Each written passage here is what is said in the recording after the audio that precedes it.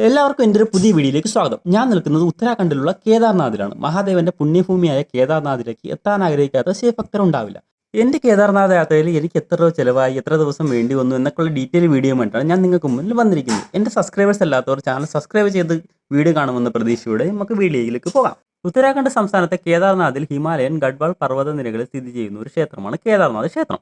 മന്ദാകിനി നദിക്കരയിലുള്ള ഈ ക്ഷേത്രം ഏപ്രിൽ അവസാനം മുതൽ ദീപാവലി വരെയുള്ള സമയങ്ങളിൽ മാത്രമേ ഭക്തർക്കായി തുറന്നു കൊടുക്കുകയുള്ളൂ. ഒരുപാട് കാശൊന്നും ചിലവാക്കാനാണ് ഞാൻ ഇന്ത്യയുടെ ഈ അറ്റത്തു നിന്നും മറ്റേ അറ്റം വരെ പോയി വന്നത്. എല്ലാ തിങ്കളാഴ്ചയും കൊച്ചുവേളിയിൽ നിന്നും ഛത്തീസ്ഗഡ് വരെ പോകുന്ന നിസാമുദ്ദീൻ എക്സ്പ്രസിലാണ് ഞാൻ കൊല്ലത്ത് നിന്നും ഡൽഹിയിലേക്ക് പോകുന്നത്. നേരത്തെ ഡേറ്റ് ഫിക്സ് ചെയ്തതുകൊണ്ട് സ്ലീപ്പർ ക്ലാസ്സിൽ ഒരു 985 രൂപ ടിക്കറ്റിലാണ് ഞാൻ ഡൽഹിക്ക് വന്നത്. സെപ്റ്റംബർ 16, 2024 രാവിലെ 6:10 കൊല്ലത്ത് നിന്ന് ട്രെയിൻ കയറിയ ഞാൻ 18-ാം തീയതി 9 മണിയോടെയാണ് നിസാമുദ്ദീൻ റെയിൽവേ സ്റ്റേഷനിൽ എത്തിയത്. റെയിൽവേ സ്റ്റേഷനിൽ ഇറങ്ങി നമുക്ക് പോകേണ്ടത് അടുത്ത കാശ്മീരി ഗേറ്റിലേക്കാണ്. ഡൽഹിയിലെ ഒരു പ്രധാന ബസ് സ്റ്റോപ്പാണ് ഈ കാശ്മീരി ഗേറ്റ്. അവിടെ നിന്നാണ് നമുക്ക് പോകേണ്ടത്. അവിടെ എത്താൻ നിസാമുദ്ദീൻ റെയിൽവേ സ്റ്റേഷനിൽ നിന്ന് 450 രൂപ ഓട്ടോ ചാർജ് കൊടുക്കേണ്ടി വന്നു. ന്യൂഡൽഹി റെയിൽവേ സ്റ്റേഷൻ ആണെങ്കിൽ അതിൻ്റെ പകുതി ആവത്തുള്ളതാണ് നമ്മൾ ഓട്ടോ ഡ്രൈവറിൻ്റെ അടുത്ത് ചോദിച്ചപ്പോൾ പറഞ്ഞത്. അതുകൊണ്ട് തന്നെ ന്യൂഡൽഹി റെയിൽവേ സ്റ്റേഷനിൽ ഇറങ്ങാൻ ശ്രമിക്കുന്നതായിരിക്കും നല്ലത്.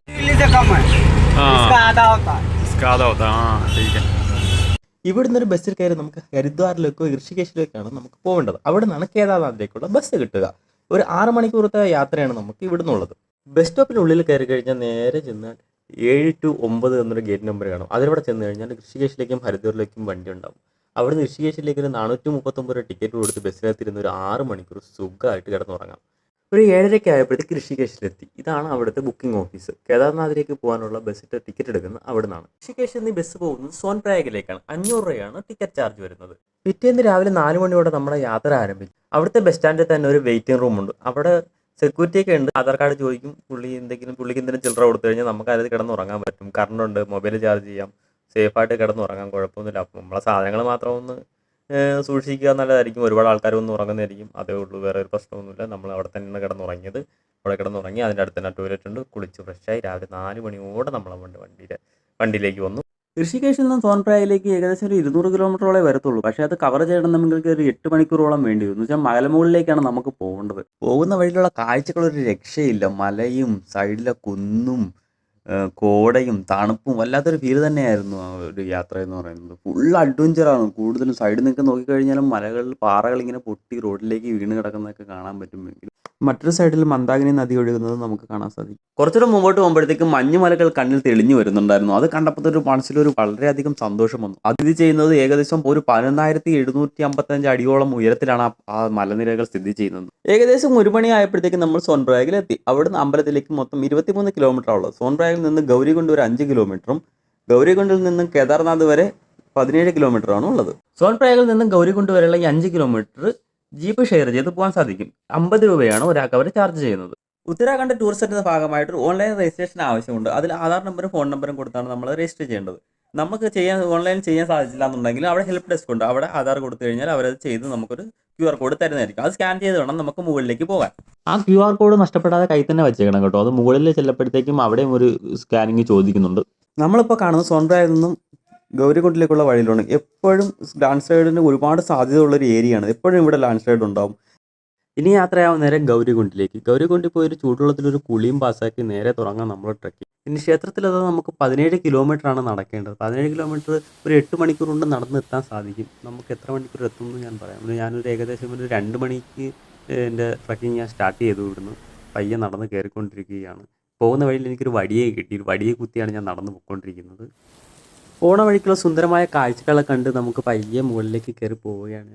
നടക്കുന്ന വഴി വളരെയധികം മോശമാണ്. പാറയടിക്കിയ റോഡുകളാണുള്ളത്. ബുദ്ധിമുട്ടുകൾ ഒരുപാടുണ്ട്. വെള്ളവും ചളിയും കുതിരയുടെ ചാണകവും കുതിരയുടെ തട്ടും മുട്ടും തിക്കും തിരക്കും വളരെ കഷ്ടപ്പാടാണ് യാത്ര എന്ന് പറയുന്നത്. പാറകൾക്ക് മുകളിൽ കൂടി നടക്കണമെന്നുകൊണ്ട് മസ്റ്റായിട്ടും ഷൂ ധരിക്കുന്നതാണ്. ചെരുപ്പിലോ വെറും കാലിലോ വളരെ ബുദ്ധിമുട്ടായിരിക്കും യാത്ര എന്ന് പറയുന്നത്. ഷൂവിൻ്റെ മുകളിൽ ഷൂ നനയാതിരിക്കാൻ വേണ്ടി റബ്ബറിൻ്റെ ഒരു കവറിങ് കിട്ടും. അത് അവിടെ തന്നെ കിട്ടും. അത് മേടിച്ചിടുന്നത് നന്നായിരിക്കും. പിന്നെ മഴ എപ്പോഴാണ് പെയ്യുന്നതെന്നൊന്നും പറയാൻ സാധിക്കില്ല. അതുകൊണ്ട് റെയിൻ കോട്ടും മൊബൈൽ ഇടാനുള്ള ഒരു കവറും ഹാൻഡ് ഗ്ലൗസും മസ്റ്റായിട്ട് നമ്മൾ കയ്യിൽ സൂക്ഷിക്കണം.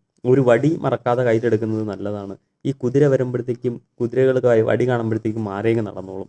അല്ലെങ്കിൽ കുതിരകൾ വന്ന് നമ്മളെ മേത്ത് തട്ടും. നമ്മൾ ഉരുണ്ട് വീഴാനൊക്കെ സാധ്യതയുണ്ട്. നമ്മൾ തോളത്ത് കൊണ്ടുപോകുന്ന ബാഗ് മാക്സിമം നമുക്ക് കുറച്ച് സാധനങ്ങളെ കൊണ്ടുപോകും. അത്യാവശ്യപ്പെട്ട സാധനങ്ങൾ കൊണ്ടുപോയാൽ മതി. ബാക്കി റൂം എടുക്കുന്നിടത്ത് റൂമിൽ വയ്ക്കുക. അല്ലെങ്കിൽ സോൻപ്രയാഗിൽ താഴെ തന്നെ ക്ലോക്ക് റൂം ഉണ്ട്. അവിടെ പൈസ കൊടുക്കുകയാണെങ്കിൽ അവിടെ സാധനം സേഫായിട്ടിരിക്കും. പോകുന്ന വഴിയിലെ കാഴ്ചകൾ ആസ്വദിച്ച് നമുക്ക് യാത്ര തുടരാം.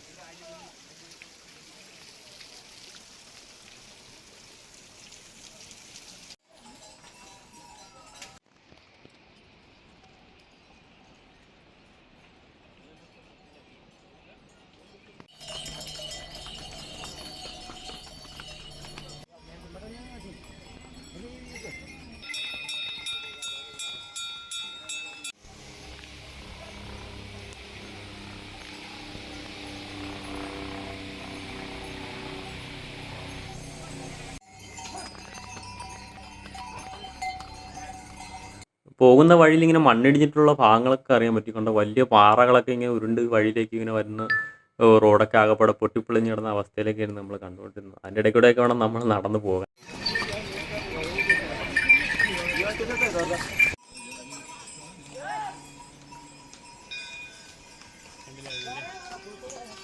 നമുക്ക് വെള്ളത്തിന് അങ്ങ് ഒരു ബുദ്ധിമുട്ട് അനുഭവിക്കേണ്ടി വരത്തില്ല. പല പാറക്കെട്ടിൽ നിന്ന് നല്ല ഫ്രഷ് വെള്ളം അവിടെ നിന്ന് ഇങ്ങനെ ഒഴുകി വരുന്നുണ്ടായിരിക്കും. നമ്മൾ അവിടെ നിന്ന് മുഖം കഴുകാനും കുടിക്കാനൊക്കെ എടുക്കുകയൊക്കെ ചെയ്യാം. നല്ലതുപോലെ മുഖമൊക്കെ കഴുകി ഒന്ന് ഫ്രഷ് ഉറക്കമൊക്കെ ഒന്ന് മാറി ആ ക്ഷീണമൊക്കെ ഒന്ന് മാറ്റി ഒരു ഫ്രഷ് മൈൻഡ് ഉണ്ടാകാൻ തന്നെ ആ വെള്ളം മാത്രം ധാരാളം.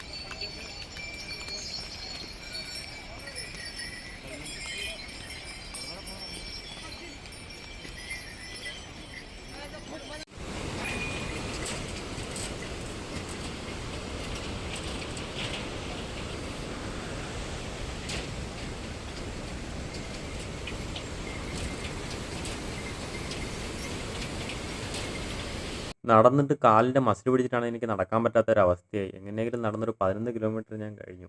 8 മണിക്ക് ആയപ്പോഴത്തേക്കും ഞാൻ മൊത്തത്തിൽ ടയേർഡായി. ഒട്ടും നടക്കാൻ പറ്റാത്ത അവസ്ഥയിലായിട്ട് ഞാനവിടെ ടെൻ്റ് എടുത്ത് കിടന്നുറങ്ങിയിട്ട് രാവിലെ 4 മണിയായപ്പോൾ ഉറക്കമിട്ട് വീണ്ടും ട്രക്കിങ് സ്റ്റാർട്ട് ചെയ്യുകയാണ് ഞാൻ ചെയ്തത്. രാവിലത്തെ ഒരു കാപ്പുടി, ഒരു ചായയും ഒരു റസ്കും. വയ്യ, ടയേർഡാണ്. 8 മണിയായി. ഇനി 8 മണിയാകുമ്പോഴേ നമ്മളവിടെ എത്തത്തുള്ളൂ. ഓൾമോസ്റ്റ് 5:30 ആയതേ ഉള്ളൂ. ഈ 3 മണിക്കൂറത്തെ ബാക്കി കൂടെ നമ്മൾ ഈ അത്തിരിച്ചറങ്ങി ഒരു പറഞ്ഞു.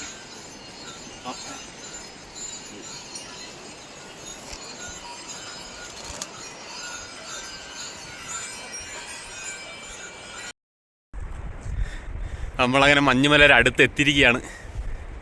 എൻ്റെ ബാക്കിൽ തൊട്ട് ബാക്കിൽ മഞ്ഞുമലയുണ്ട്. വളരെയധികം ഹാപ്പിയാണ്. ബാക്കിയുള്ള വിശേഷങ്ങളൊക്കെ നിങ്ങളെ പുറകെ കാണിക്കുന്നതായിരിക്കും. ഞാൻ ആകപ്പാടെ തളർന്ന് ഭയങ്കര ബ്രീത്തിങ്, ഭയങ്കര പ്രശ്നം. ഞാൻ സഹിക്കാൻ പറ്റാത്തൊരു ഇതിലാണ്. ഞാൻ 2-3 ഷർട്ടൊക്കെ ഇട്ടേക്കുന്നത്. രാവിലെ 5:30 മണിയാവുന്നേ ഉള്ളൂ. ഇനിയുണ്ട് കുറേ. 8 മണിയാകുമ്പോഴേ നമ്മളവിടെ എത്തത്തുള്ളൂ എന്നാണ് പറയുന്നത്. എന്തായാലും ശ്വാസത്തിൻ്റെ ഒരു പ്രശ്നം മാത്രമേ ഉള്ളൂ. ദൈവം കാലിടയ്ക്ക് വെച്ച് മസിൽ പിടുത്തം തന്നു. അതിനൊരു ബുദ്ധിമുട്ടുണ്ട്. രാത്രി ഇന്നലെ സ്റ്റേ അടിക്കേണ്ടി വന്നു. ഇല്ലെങ്കിൽ നമ്മൾ രാത്രി എങ്ങനെയായാലും നടന്ന് മേളിൽ എത്തണമെന്നൊക്കെ വിചാരിച്ചതാണ്. പക്ഷെ നടന്നില്ല.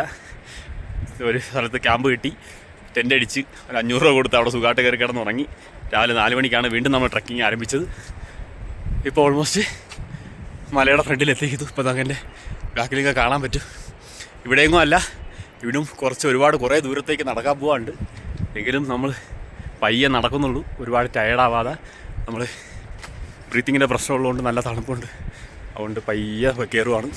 എന്തായാലും മുകളിലുള്ള വിശേഷങ്ങൾ വീണ്ടും വഴിയിൽ പുതിയ എന്തെങ്കിലും വിശേഷങ്ങൾ കാണുന്നത് നിങ്ങൾ തീർച്ചയായിട്ടും കാണിക്കുന്നതായിരിക്കും. കുറച്ച് കയറി പോകെ കുറച്ചുകൂടെ വിസിബിലിറ്റായി തുടങ്ങിയിട്ടുണ്ട്. നല്ല കാഴ്ചയാണ് വീണ്ടും കണ്ടുകൊണ്ടിരിക്കുന്നത്.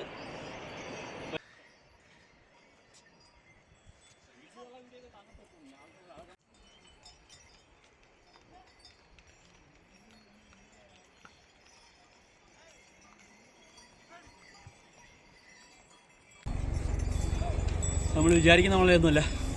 ഒരുപാട് കഷ്ടപ്പെട്ട് വേണം നമുക്ക് നമ്മൾ അമ്പലത്തിലെത്താൻ വേണ്ടി. നല്ലതുപോലെ കഷ്ടപ്പെട്ടു. ഇനിയൊരു 3.5 കിലോമീറ്റർ ഇനിയൊരു 3.5 കിലോമീറ്റർ ഉണ്ട് ബാക്കി. ഓരോ 1/2 കിലോമീറ്റർ കഴിയാനും എന്തോരം വലിയ പാഴായിട്ടാണ് സത്യം. എനിക്ക് എൻ്റെ പ്രശ്നം ഞാൻ പറയാം, എനിക്ക് ഒരുപാട് ബുദ്ധിമുട്ട് അനുഭവിച്ചു. പിന്നെ എന്തായാലും ഇതൊക്കെ കാണുമ്പോഴത്തേക്കിന് കുറച്ച് ദൂരോടെ ഉള്ളതിലൊന്നുള്ളൊരു സമാധാനത്തിൽ വീണ്ടും നടക്കുകയാണ്. ഹര ഹര മഹാദേവ്.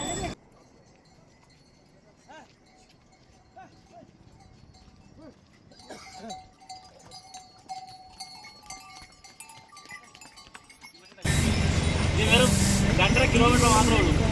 2.5 കിലോമീറ്റർ കയറി കഴിഞ്ഞാൽ നമ്മൾ നടന്ന് തളരുമ്പോഴത്തേക്കും ഓൾമോസ്റ്റ് എല്ലായിടത്തും ടെൻറ്റുകൾ ഇഷ്ടം പോലെ ഉണ്ട്. ഒരാൾക്ക് പെർ ഹെഡ് നിൽക്കാൻ 500 രൂപയായിരിക്കും. എല്ലാവർക്കും കിടന്ന് രാത്രി റെസ്റ്റ് എടുക്കാം. ഇവിടെ എല്ലായിടത്തും ഒരുപാട് ടെൻറ്റുകളുണ്ട്. നമുക്ക് റെസ്റ്റ് എടുക്കാം, കുഴപ്പമൊന്നുമില്ല. രാത്രി നടന്ന് കയറിയാലും പ്രശ്നമൊന്നുമില്ല. നമ്മളിതാ അത് നമ്മളൊരു ചോപ്പർ വരുന്നു, അത് പോകുന്നതന്നെ.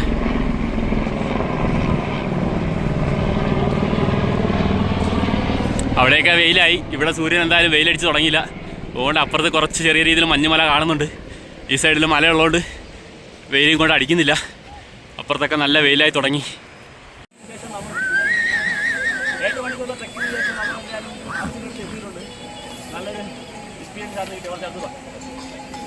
നല്ലൊരു എക്സ്പീരിയൻസ് ആയിരുന്നു കിട്ടിയത്. എന്തായാലും നമ്മൾ ഇനി നമുക്ക് അമ്പലം ദൂരെ നിന്ന് ഒരു നോക്ക് കാണാൻ സാധിച്ചിട്ടുണ്ട് എനിക്ക്. അത് കണ്ടു കഴിഞ്ഞാൽ ഇനി നമ്മളൊന്നെല്ലാം ഫ്രഷായിട്ട് വരുന്നതായിരിക്കും. ഇല്ലേ, അമ്പലത്തിൻ്റെ ഒരു നമ്മൾ കണ്ടിട്ടുണ്ട്. ഇനി നമ്മൾ കുളിച്ച് ഫ്രഷായി എല്ലാം സൂപ്പർ. എന്തായാലും നമുക്ക് സമാധാനമായിട്ടുണ്ട്. അവിടെ എത്തി എല്ലാവരും.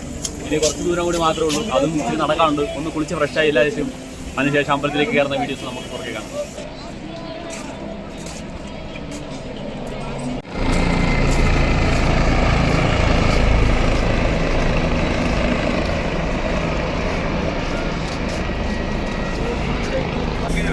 അങ്ങനെ 8 മണിയായി.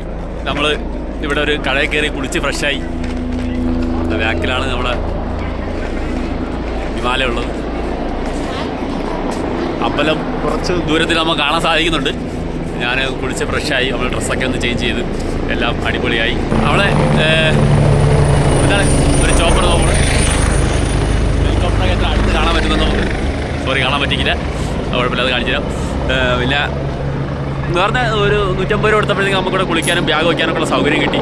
നമ്മൾ ബാഗും കാര്യങ്ങളൊക്കെ അവിടെ വെച്ച് ഇനി അമ്പലത്തേക്കുള്ള ദർശനത്തേക്കുള്ള യാത്രയാണ് നമ്മളത്. ഇവിടത്തേക്കും ഇതാണ് ഇവിടുത്തെ വ്യൂ എന്ന് പറഞ്ഞാൽ ഭയങ്കരം. ബാക്കിൽ നമ്മളെ ബാക്കിൽ ഹിമാലയം, മഞ്ഞ് മൂടിയ മലകളാണ്, മൊത്തം മഞ്ഞാണ്. അതുകൊണ്ട് കുറച്ചൊരു ഒരു 10-15 ദിവസം കൂടി കഴിഞ്ഞാൽ പിന്നെ എല്ലാം എനിക്ക് നല്ലോണം തെളിഞ്ഞു വരുമെന്നാണ് അവർ പറഞ്ഞത്. എങ്കിലും നമ്മൾ വന്നെന്തായാലും കുഴപ്പമൊന്നുമില്ല, നല്ല സമയത്തായിരുന്നു. ഇങ്ങനെ അമ്പലത്തിലേക്കുള്ള യാത്രയിലാണ് നമ്മൾ. ഇതാണ് ഇപ്പോഴത്തെ ഇവിടുത്തെ അവസ്ഥ, മഞ്ഞ്. ഹെലിപ്പാഡിൻ്റെ അടുത്താണ് ഇപ്പോൾ ഉള്ളത്. ഹെലിപ്പാഡിൻ്റെ അടുത്തുനിന്ന് കുറച്ച് അവിടുന്ന് ഒരു ചോപ്പർ വരുന്നുണ്ട്. അടുത്തൊരു ഹെലികോപ്റ്റർ അവിടുന്ന് വരുന്നുണ്ടോ. ഇതാണ് മല. അടുത്ത അവിടെ സൈഡിൽ തന്നെയാണ് അമ്പലം. ഓ, അത് ഫുള്ള് പോണ വീഡിയോ എടുക്കും.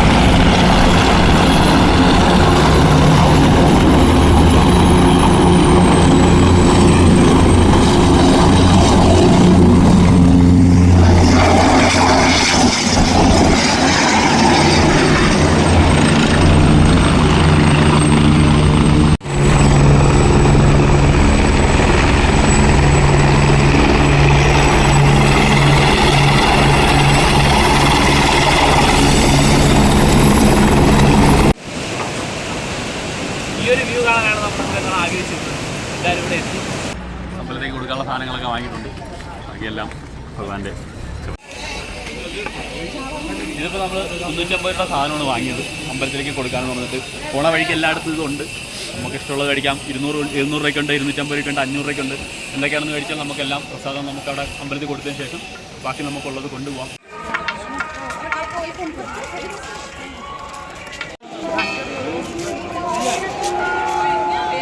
വളരെയധികം സന്തോഷമുണ്ട്. നമ്മളിതിൻ്റെ അടുത്തോട്ട് കയറിയിട്ട് ഇവിടെ സ്റ്റെപ്പിൻ്റെ ഏറ്റവും ഫ്രണ്ടിലെത്തി. ഇനി നമ്മൾ ചെരുപ്പൂരിയുടെ അകത്തോട്ട് കയറേണ്ടി വരും.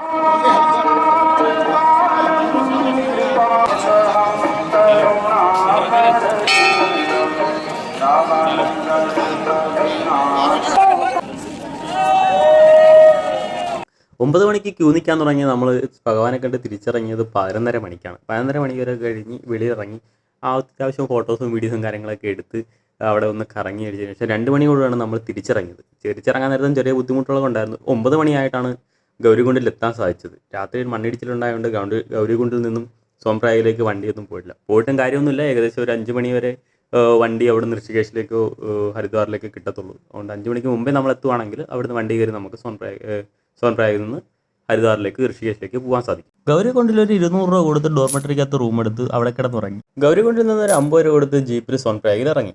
ഒരു 7 മണിക്ക് കഴിഞ്ഞപ്പോഴത്തേക്കും ഋഷികേശിലേക്ക് സോൻപ്രായിൽ നിന്ന് ബസ് കിട്ടി. 550 രൂപയാണ് അതിൽ ചാർജ് ആയത്. ഒരു 5 മണിയോടുകൂടി നമ്മൾ ഋഷികേശിലെത്തി. ഋഷികേശിൽ നിന്ന് ഡൽഹിയിലേക്ക് 439 രൂപ ടിക്കറ്റ് എടുത്ത് കാശ്മീരി ഗേറ്റിലേക്ക് രാത്രി അവിടെ കിടന്നുറങ്ങി. പിറ്റേന്ന് ഉച്ചയ്ക്ക് ഉണ്ടായിരുന്നു കൊല്ലത്തേക്ക് ട്രെയിൻ. ഒരു 1250 രൂപ തത്കാല ടിക്കറ്റ് എടുത്ത് 9-ാം ദിവസം ഉച്ചയോടെ നമ്മൾ കൊല്ലത്ത് തിരിച്ചെത്തി. എനിക്കുണ്ടായ യാത്രാ ചെലവും റൂമിൻ്റെ സ്റ്റേയും മാത്രമേ ഞാൻ എഴുതിയിട്ടുള്ളൂ. അതിൻ്റെ ഭക്ഷണത്തിൻ്റെയും മറ്റുള്ള കാര്യങ്ങളൊന്നും ഞാൻ എഴുതിയിട്ടില്ല. അതൊക്കെ ആൾക്കാരെ ഓരോരുത്തർ ഡിപ്പെൻഡ് ചെയ്തിരിക്കും. ഏകദേശം 1 മണിയാവുന്നു. എന്തായാലും മനസ്സും നല്ലതുപോലെ നിറഞ്ഞു. ഇനി വീണ്ടും ഒരുപാട് വട്ടം വരാൻ സാധിക്കട്ടെ എന്നുള്ള പ്രാർത്ഥനയിലാണ് ഇവിടുന്ന് തിരിച്ചിറങ്ങുന്നത്. വളരെയധികം സന്തോഷമുണ്ട്. വീണ്ടും പുതിയൊരു വീഡിയോ ആയിട്ട് കാണാം. നിങ്ങളെല്ലാവരും സപ്പോർട്ട് കൂടെ ഉണ്ടായിരിക്കണം. സബ്സ്ക്രൈബ് ചെയ്യാൻ മറക്കണ്ട. Thank you.